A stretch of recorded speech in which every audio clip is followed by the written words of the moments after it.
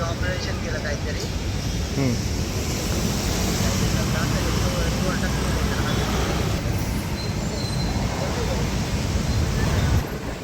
Nigdi police station हद्दीत एका खाजगी हॉस्पिटलमध्ये पीडित महिला उपचाराकरता दाखल होती आणि त्याच ठिकाणी कार्यरत असलेल्या तेथील डॉक्टरांनी सदर पीडित महिलेसोबत अश्लील कृत्य करून तिचा विनयभंग केलेला आहे.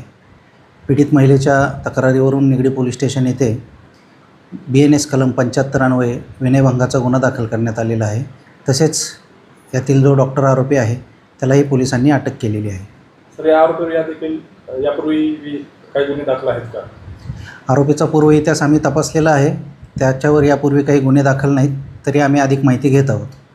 तर अशा पद्धतीनं अशा गुन्ह्यांना आवर घालण्यासाठी इतर महिलांना देखील काय आवाहन करावं?